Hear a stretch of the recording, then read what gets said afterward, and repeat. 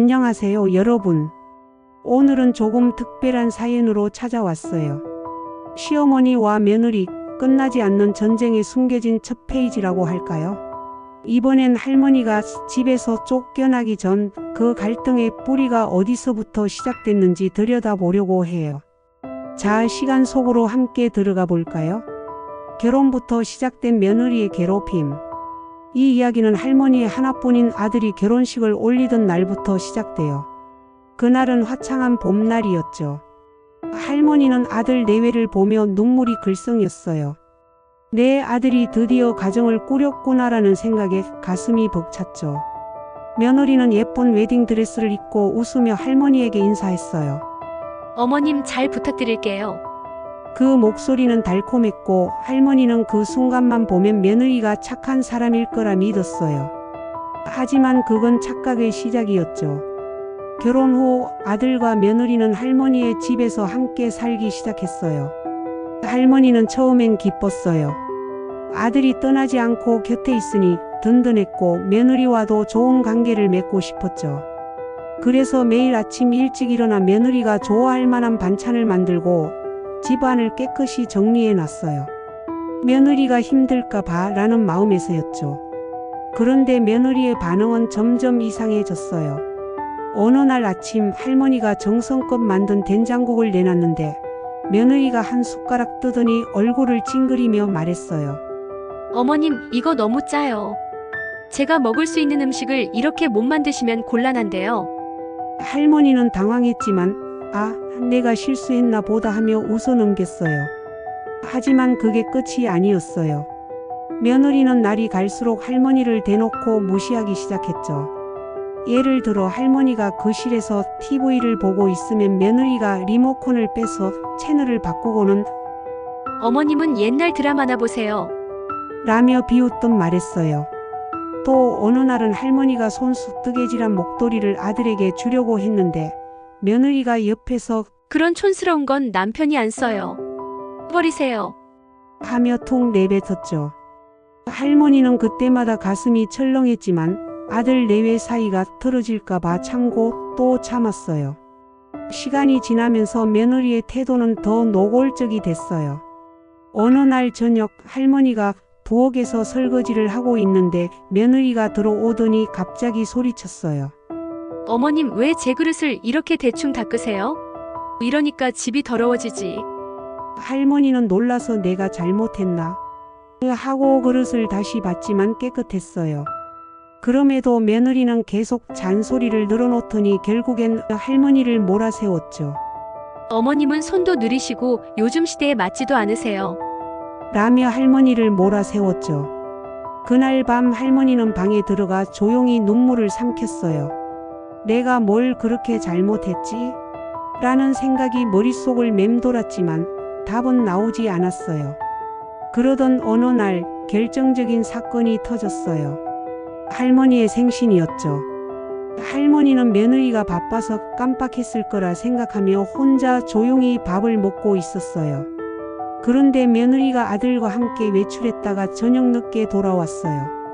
손에는 쇼핑백이 잔뜩 들려 있었죠. 할머니가 조심스레 물었어요. 오늘 내 생일인데 혹시 나 생각해서 뭐라도 사온 거야? 그러자 며느리가 피식 웃으면서 말했어요. 어머님 생신이요? 깜빡했네요. 뭐 우리끼리 맛있는 거 먹고 왔으니 됐죠. 그 말에 할머니는 숨이 턱 막혔어요. 아들은 어색하게 웃으며 엄마 너무 신경 쓰지 마. 라고 했지만 할머니 마음은 이미 갈기갈기 찢겨 있었죠. 그 후로 며느리의 괴롭힘은 더 심해졌어요.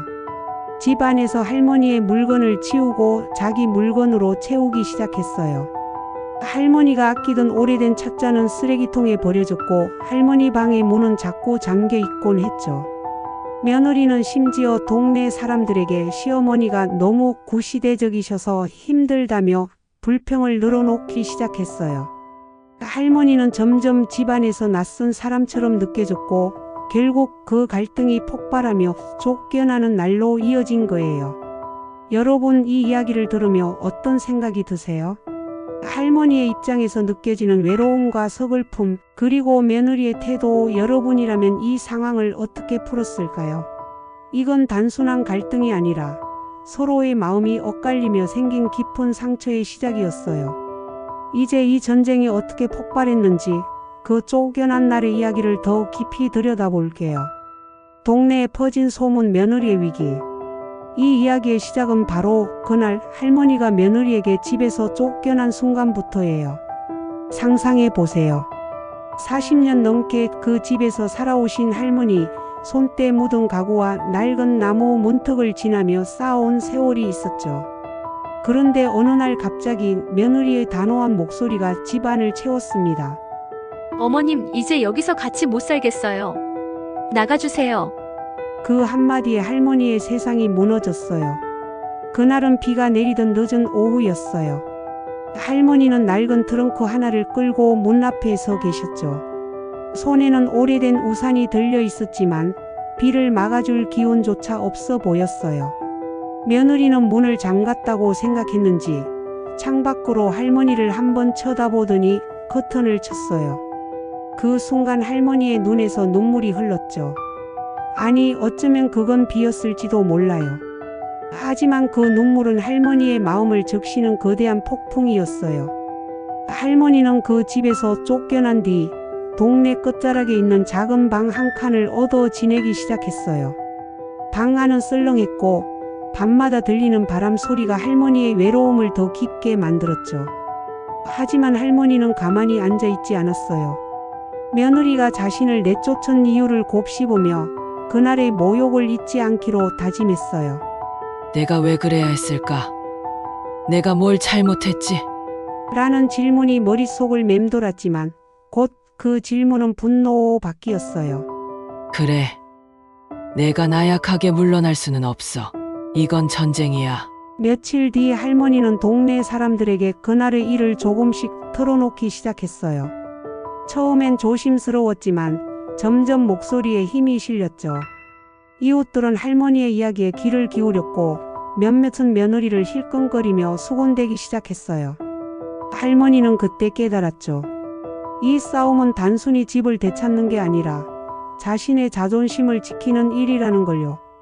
그리고 그 첫 번째 반격의 씨앗이 조용히 뿌려졌어요. 동네에 퍼진 소문 며느리의 위기.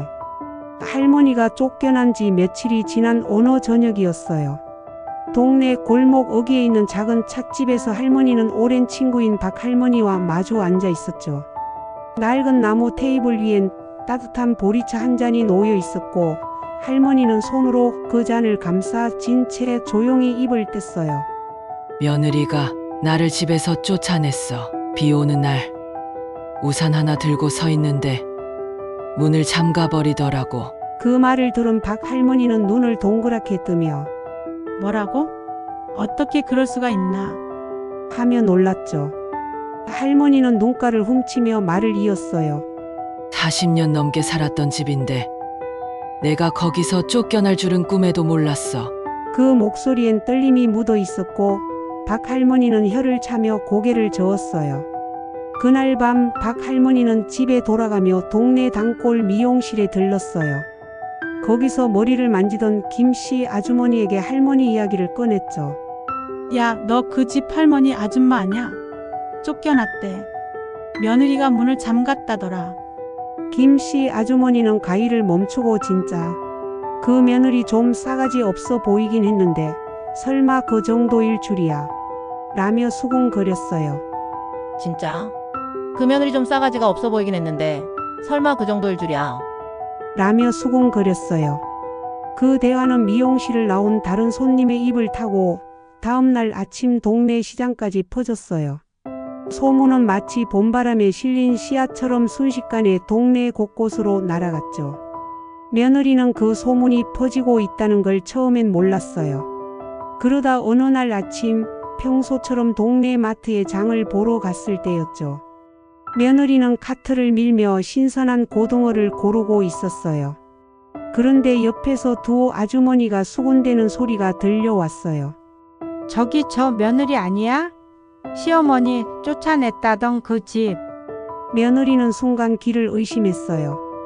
고개를 돌려봤지만 아주머니들은 이미 채소 코너로 슬쩍 사라진 뒤였죠. 며느리는 손에 든 고등어를 내려놓고 주변을 둘러봤어요. 마트 안의 사람들, 계산대 아줌마, 심지어 지나가는 꼬마까지 자신을 힐끔거리는 것 같았어요. 그 순간 며느리의 심장이 쿵 내려앉았죠. 집에 돌아온 며느리는 가방을 던지듯 내려놓고 남편에게 달려갔어요. 당신 어머니가 동네에 무슨 소문을 내고 다니는 거야? 나를 나쁜 사람으로 만들고 있잖아. 목소리가 떨렸고 눈가엔 분노와 불안이 뒤섞여 있었어요. 남편은 당황한 얼굴로 엄마가 그럴 리 없는데 내가 알아볼게. 라고 얼버무렸지만 며느리의 마음은 이미 엉망이었어요. 사실 며느리도 할머니를 쫓아낸 게 마음 편한 결정은 아니었어요. 매일 아침 잔소리, 부엌에서 간섭, 손때 묻은 낡은 물건들까지 그 모든 게 쌓이고 쌓여 폭발한 거였죠. 하지만 이제 와서 그걸 변명할 수도 되돌릴 수도 없었어요. 한편 할머니는 소문이 퍼지는 걸 느끼며 점점 자신감을 얻고 있었어요. 어느 날 오후 할머니는 동네 경로당에 나갔어요. 거기엔 동네 어르신들이 삼삼오오 모여 윷놀이를 하고 있었죠. 할머니는 조용히 자리에 앉더니 한숨을 내쉬며 이야기를 꺼냈어요. 며느리가 나를 문 앞에 세워놓고 비를 맞게 했어. 손엔 트렁크 하나뿐이었는데 문이 잠기는 소리가 아직도 귀에 들리는 것 같아. 그 말에 어르신들은 윷놀이를 멈추고 할머니를 쳐다봤어요. 한 할아버지가 뭐야, 요즘 애들이 그러고 다니나? 라며 혀를 찾고 다른 할머니는 쟤네 며느리 좀 건방지더라니까. 라며 맞장구를 쳤어요. 할머니는 그때 미소를 살짝 지었어요. 소문이 퍼질수록 며느리에 대한 동정은 줄어들고 자신에 대한 연민이 커지는 걸 느꼈거든요. 며느리는 며칠 뒤 동네 아이들까지 자신을 피하는 걸 눈치챘어요. 평소엔 이모 하며 달려오던 꼬마들이 골목에서 며느리를 보면 슬금슬금 피해 가더라고요. 심지어 며느리가 아는 동네 아주머니에게 인사를 건넸는데 그 아주머니가 어색하게 웃으며 바빠서라며 황급히 자리를 피했어요. 며느리는 집에 돌아와 거울 앞에 섰어요. 거울 속 자신의 얼굴은 피곤하고 초췌해 보였죠. 내가 정말 그렇게 나쁜 사람이 된 걸까? 라는 생각이 들었지만 곧 분노로 바뀌었어요. 아니야, 이건 다 시어머니 때문이야. 며느리는 남편에게 다시 따졌어요. 당신이 어머니 좀 말려. 동네에서 나를 미친년 취급하잖아. 남편은 한숨을 쉬며 엄마한테 전화해볼게. 라고 했지만 할머니는 전화를 받자 태연하게 내가 뭘 어쨌다고. 그냥 내 마음 아픈 걸 좀 말했을 뿐인데. 라며 오히려 억울한 척했어요. 며느리는 점점 더 고립돼 갔어요. 집 밖에서는 소문에 시달리고 집 안에서는 남편의 미적지근한 태도에 치였죠. 이 위기는 단순한 소문 이상이었어요. 며느리의 자존심과 평온이 송두리째 흔들리는 순간이었죠. 할머니의 비밀 작전 가짜 편지. 이제 할머니는 단순히 소문을 퍼뜨리는 데서 멈추지 않았어요. 더 치밀하고 더 대담한 반격을 준비했죠.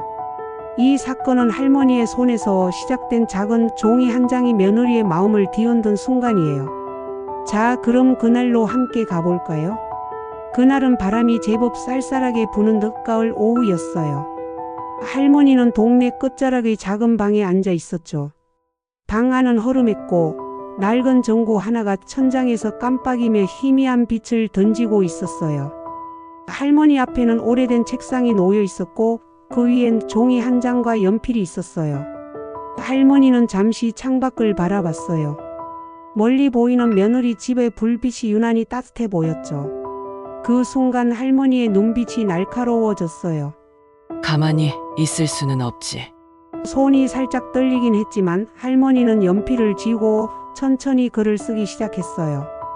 편지의 내용은 이랬어요. 며느리님께 저는 당신 시어머니의 오랜 친구입니다. 그분이 쫓겨난 뒤로 몸이 많이 아프세요. 병원에도 못 가고 하루하루 힘겹게 지내고 계십니다. 병원비라도 좀 보내주시면 안 될까요? 곧 큰일 날 것 같아요. 제발 도와주세요. 할머니는 글을 다 쓴 뒤 가짜 이름 김영희와 전화번호까지 적었어요. 그 번호는 사실 동네에서 아는 할아버지의 오래된 유선 전화였죠. 할머니는 그 할아버지에게 미리 부탁해둔 터였어요. 내가 시키는 대로만 해주면 돼. 며느리가 전화하면 모른다고 해. 할아버지는 고개를 끄덕이며 알았어. 뭐든 도와줄게. 라고 했죠. 편지는 다음날 아침 우체부의 손을 거쳐 며느리 집 우편함에 도착했어요. 봉투 겉에는 빨간 잉크로 긴급이라는 단어가 찍혀 있었죠. 며느리는 아침 커피를 마시다 우편함을 확인하러 나갔다가 그 봉투를 발견했어요. 긴급? 뭐지? 하며 뜯어본 순간 며느리의 표정이 굳어졌어요. 편지를 읽는 동안 손이 미세하게 떨렸고 마지막 줄에 이르러선 눈이 커졌죠. 병원비도 없고 큰일 날 것 같아요. 그 며느리는 순간 숨이 턱 막혔어요. 내가 할머니를 쫓아낸 게 이렇게 된 걸까? 라는 생각이 머릿속을 스쳤어요. 하지만 곧 의심이 피어올랐어요. 이게 진짜일 리 없어. 누가 이런 편지를? 며느리는 편지를 들고 부엌으로 뛰어가 남편에게 내밀었어요. 이거 봐. 당신 어머니가 아프시다던데. 이게 뭐야? 남편은 졸린 눈을 비비며 편지를 읽더니 당황한 목소리로 뭐야, 엄마가 아프다고? 내가 전화해볼게. 라며 핸드폰을 들었어요. 할머니는 전화벨이 울리자 태연하게 받았죠. 여보세요? 남편이 다급히 물었어요. 엄마 아프세요? 병원비 없다는 편지가 왔는데요. 할머니는 잠시 뜸을 들이더니 느릿느릿 대답했어요. 나 건강 잘 챙기고 있는데 그런 친구도 없고 무슨 소리야 그게? 그럼 이 편지는 뭐예요? 라고 되물었지만 할머니는 글쎄 누가 장난친 거 아니야? 라며 시치미를 뗐어요. 며느리는 그 통화를 옆에서 들으며 혼란에 빠졌어요. 그럼 이건 누가 보낸 거지? 진짜가 아니라고? 하지만 마음 한구석엔 불안이 남았어요. 만약 할머니가 정말 아프다면? 그날 밤 며느리는 침대에 누워 잠을 이루지 못했어요. 머릿속엔 비 오는 날 트렁크를 끌고 떠나던 할머니의 뒷모습이 떠올랐고 죄책감과 의심이 뒤엉켰죠. 사실 할머니를 쫓아낸 건 며느리 나름의 이유가 있었어요. 잔소리와 간섭, 집안을 자기 마음대로 휘젓는 모습에 지쳤던 거였죠. 하지만 이렇게까지 될 줄은 몰랐어요. 할머니의 작전은 여기서 끝나지 않았어요. 며느리가 편지를 무시하려던 다음 날 동네에 또 다른 소문이 퍼졌어요. 이번엔 경로당에서 시작됐죠. 할머니는 일부러 아픈 척하며 경로당에 나갔어요.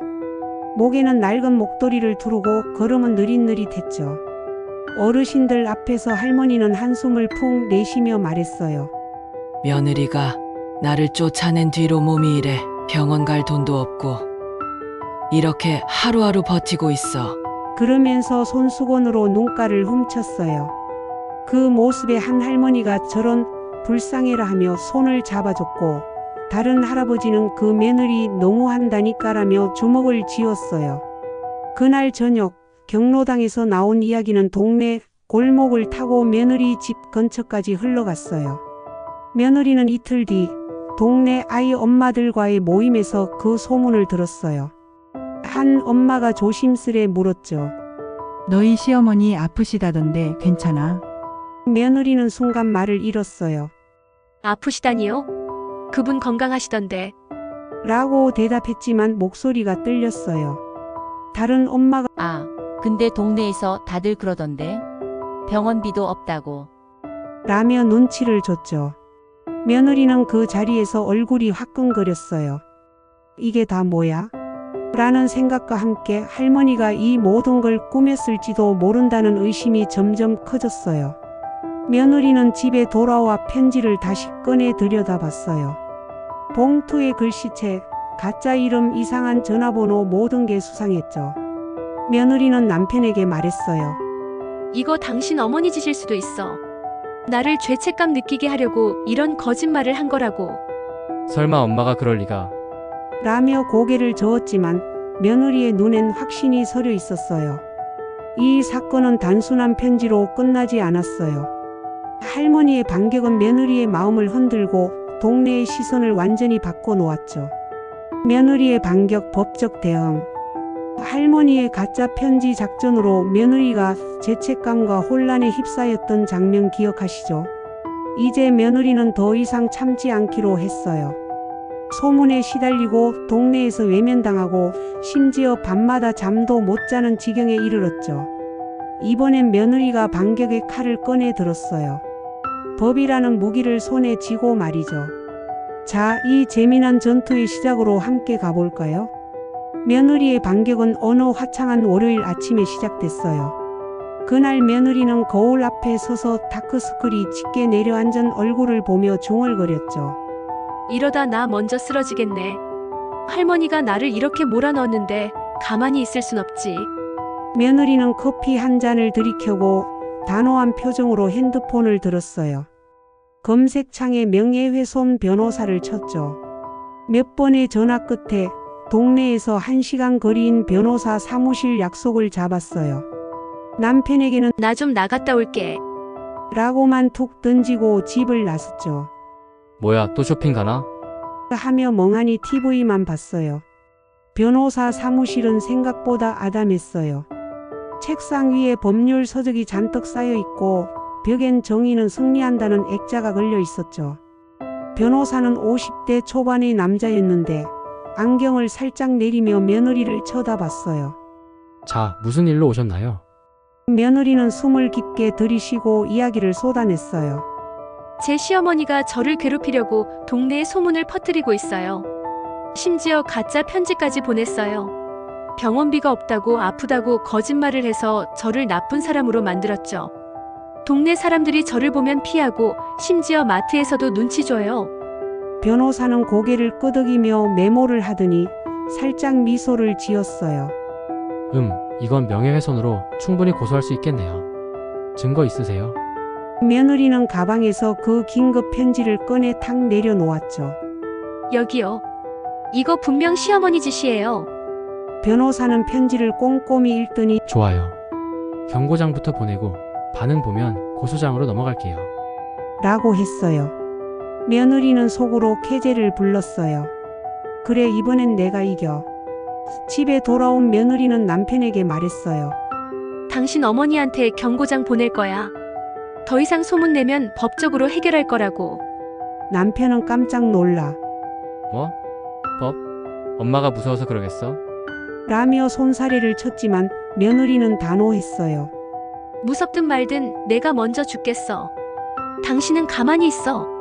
남편은 한숨만 푹 쉬었죠. 며칠 뒤 변호사가 작성한 경고장이 할머니의 작은 방으로 배달됐어요. 봉투는 깔끔한 흰색이었고 겉에는 법무법인 정성이라는 이름이 찍혀 있었죠.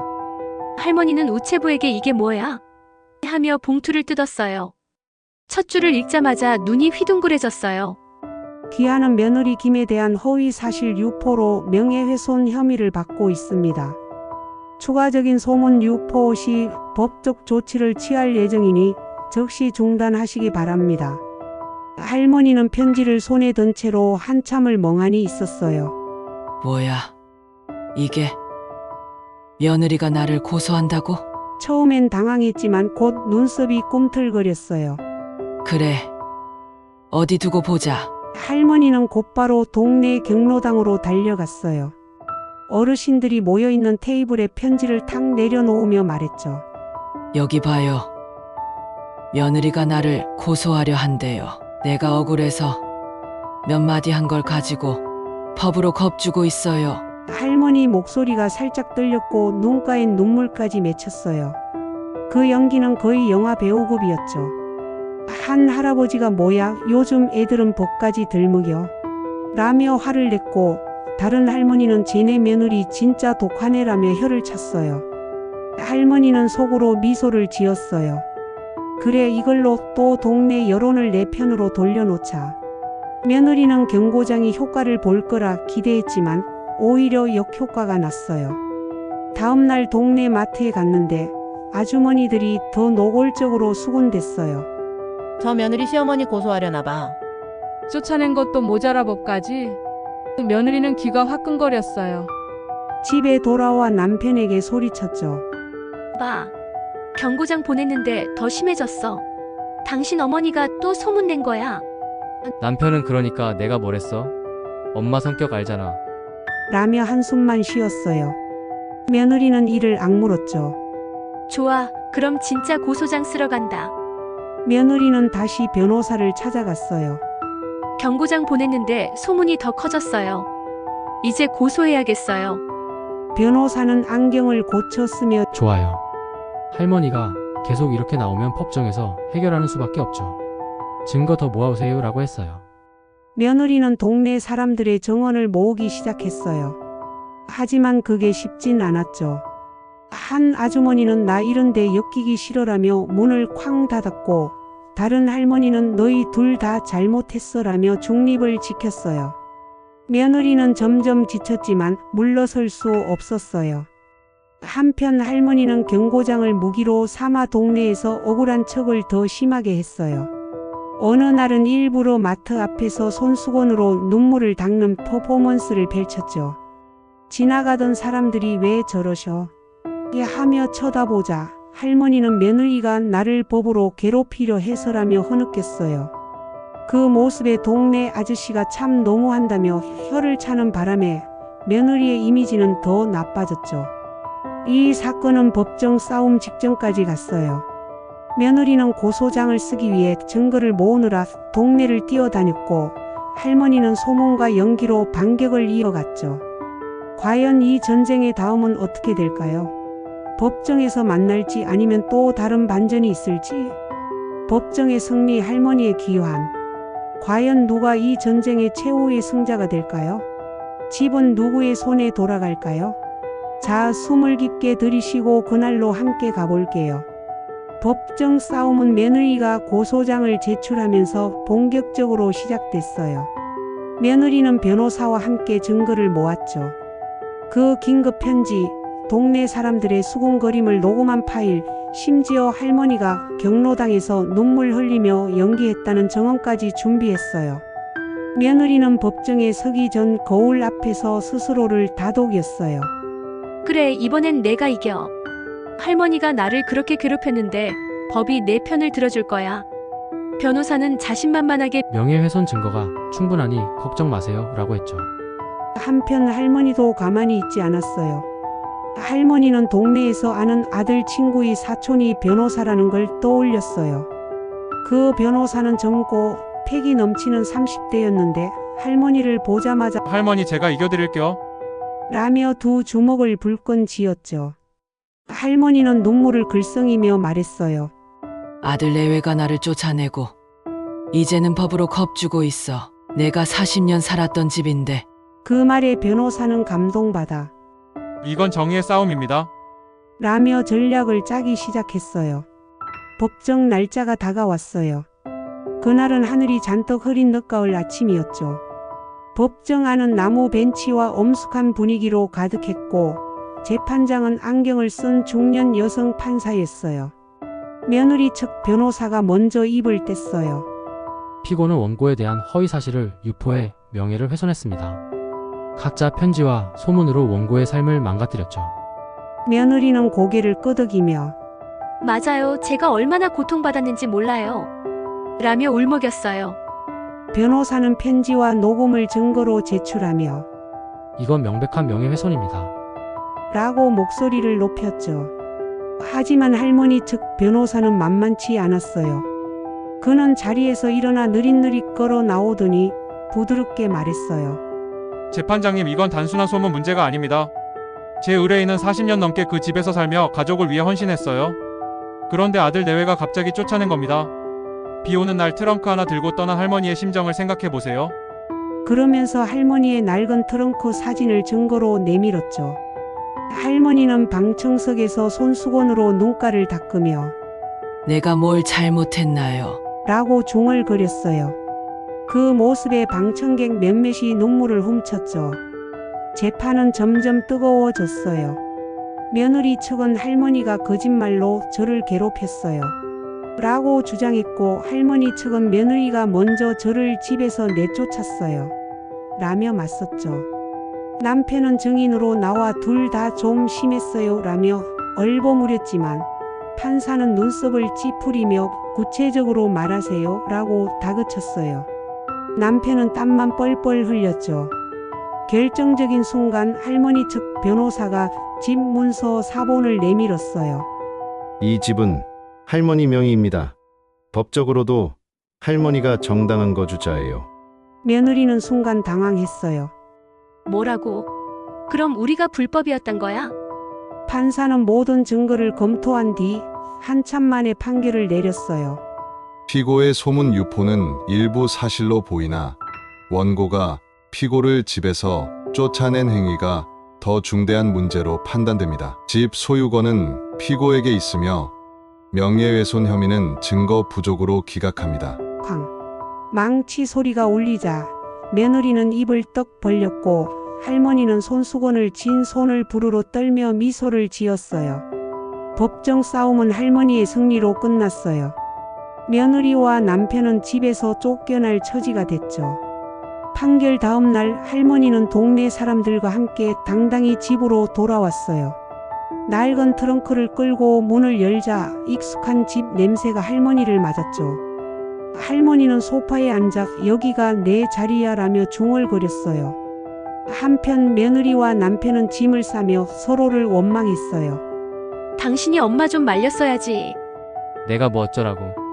결국 둘은 작은 아파트로 떠났고 동네 사람들은 그 뒷모습을 보며 수군거렸어요. 할머니가 이겼네. 할머니는 집에 돌아온 첫날 동네 어르신들을 초대해 작은 잔치를 열었어요. 경로당 친구들이 할머니 대단해 라며 박수를 쳤고 할머니는 웃으며 내 집은 내가 지켜야지. 라고 했죠. 창밖으로 며느리 내외가 떠난 빈 골목이 보였어요. 이 전쟁의 승자는 할머니였고 집은 다시 할머니의 품으로 돌아왔습니다. 여러분 이 결말 어떠신가요? 할머니의 법정 승리에 박수를 보내고 싶나요? 아니면 며느리 내외의 뒷모습이 좀 안쓰럽게 느껴지세요? 이 긴 전쟁이 이렇게 끝났지만 여러분 마음엔 어떤 이야기가 남았을까요? 저는 이 사연을 여기서 마무리하며 여러분의 생각을 기다릴 겸 여기까지 시청해 주셔서 감사합니다. 다음엔 더 많은 흥미로운 사연을 받아 여러분을 찾아뵙겠습니다.